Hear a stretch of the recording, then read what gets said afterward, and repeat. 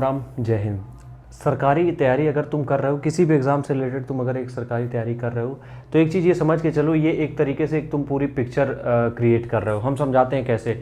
सरकारी जो तैयारी है, जो भी आप गवर्नमेंट एग्ज़ाम की तैयारी कर रहे हो, ये एक तरीके से पूरी फिल्म है। जो पिक्चर आप देखते हो ना उसमें थिएटर में, पूरी तरीके से वही हम समझाते हैं कैसे, स्टेप बाय स्टेप।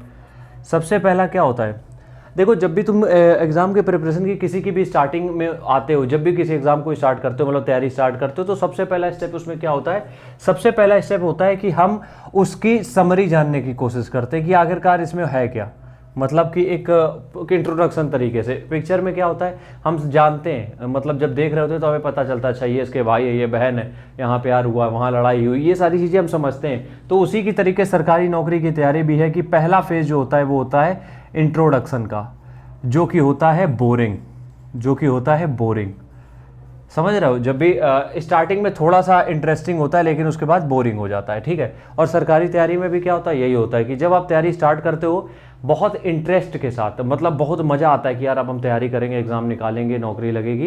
लेकिन जैसे ही कुछ दिन होते हैं वो बोरिंग स्टार्ट हो जाता है, वो बोरिंगपन हो जाता है कि यार अब क्या ही कर रहे हैं, मतलब डेली वही काम, डेली वही काम।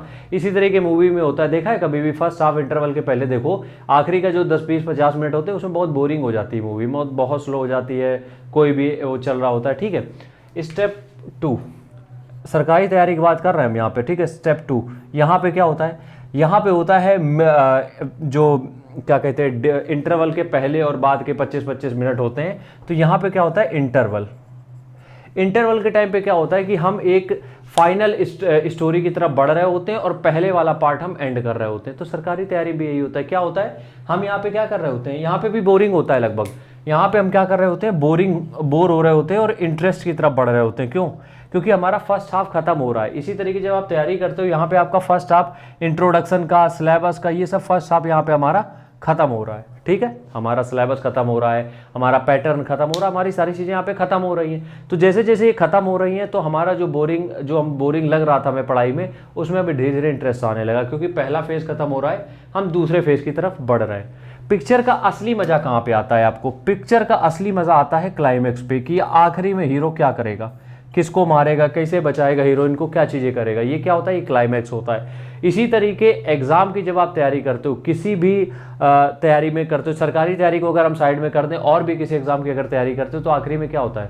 आखिरी में यही चीज़ें होती है ना कि क्लाइमैक्स में हमें देखना होता है कि यार अब हमें तैयारी को कौन सा नया रूप देना है। कहने का मतलब यहाँ पे यह है कि क्लाइमैक्स में हमें ये समझ में आता है कि अब जो ये हमने तैयारी कर ली है इतनी, अब आखिर में हमें करना क्या है। समझ रहे हो?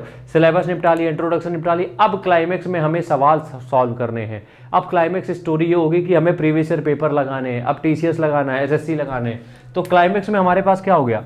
प्रीवियस ईयर पेपर, रिवीजन, और यही सब मूवी में होता है। जब लास्ट में आप मूवी देखते हो तो पूरी पिक्चर नरेट की जाती है क्लाइमेक्स के टाइम पे। क्यों?